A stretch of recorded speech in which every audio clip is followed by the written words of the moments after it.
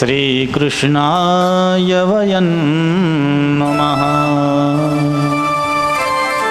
આવા પરમાત્મા ભગવાન શ્રી કૃષ્ણને હું નહીં, અમે બે નહીં, આપણે બધા નમસ્કાર કરીએ છીએ। શ્રી કૃષ્ણાય વયં નમઃ।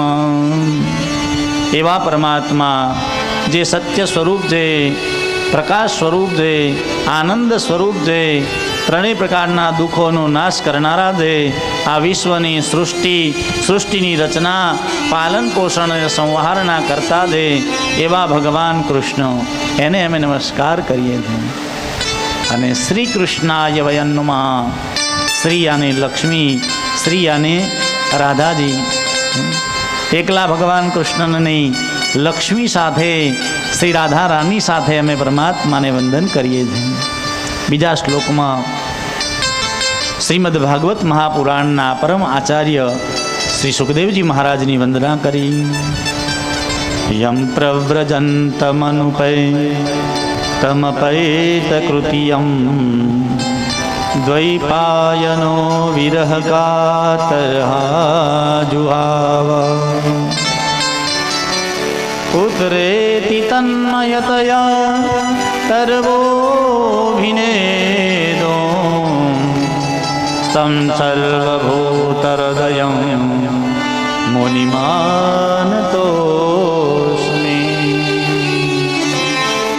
યમ પ્રવ્રજંતમનુપેતમપૈત કૃત્યમ, જેના હજી યજ્ઞોપવિત સંસ્કાર પણ થયા નથી, પ્રવ્રજંતમ, અને એ વનની તરફ ભાગવા લાગ્યા। અપેત કૃત્યમ, યજ્ઞોપવિત સંસ્કાર પણ બાકી છે, એ સુખદેવજી મહારાજ આગળ દોડ્યા છે, પાછળ પુત્ર પુત્ર કહેતા શ્રી વ્યાસજી સુખદેવજી મહારાજના પિતા પાછળ દોડે છે। હે બેટા ઊભો રહે, હે પુત્ર ઊભો રહે, હજી અમે તને લાડ કરવાના બાકી છે, હજી તો નાનપણ, તારા યજ્ઞોપવિત પણ સંસ્કાર બાકી છે। 16 વર્ષની ઉંમરમાં, હજી તો જન્મતાની સાથે જ પોતાની માના ગર્ભમાં 16 વર્ષ સુધી રહેલા શ્રી સુખદેવજી મહારાજ જન્મતાની સાથે જ વૈરાગ્ય ધારણ કરી વનની તરફ ભાગવા લાગ્યા। સુખદેવજીના પિતા વ્યાસ ભગવાન હે પુત્ર ઊભો રહે એમ કરીને રોકવાનો પ્રયત્ન કરે છે, પણ તરવો ભીનેદુ, એમના વતી વૃક્ષોએ પ્રત્યુત્તર આપ્યો છે, હું તરવો ભીનેદુ, તરવું એટલે વૃક્ષો પણ અભિનેદુ, સુખદેવજી માટે, સુખદેવજી વતી વૃક્ષોએ જવાબ આપ્યો છે કે હે વ્યાસજી, તમારા પુત્રમાં તમે મોહિત થઈ અને આટલા પુત્રાંત મોહિત ન બનો।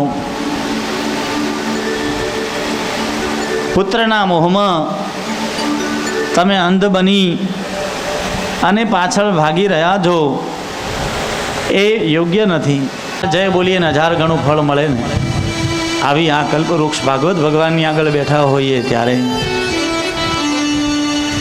અને એક વાત પાકી યાદ રાખજો કે જ્યારે તમને કષ્ટ પડીને ભક્તિ કરવાનો લાભ મળે ને, તો એનું તો લાખો ગણું ફળ મળે। હું હા, આવી ગરમી સહન કરીને તમે કથા સાંભળો ને, તો અનેક ગણું ભગવાન રાજી થાય આપણી ઉપર।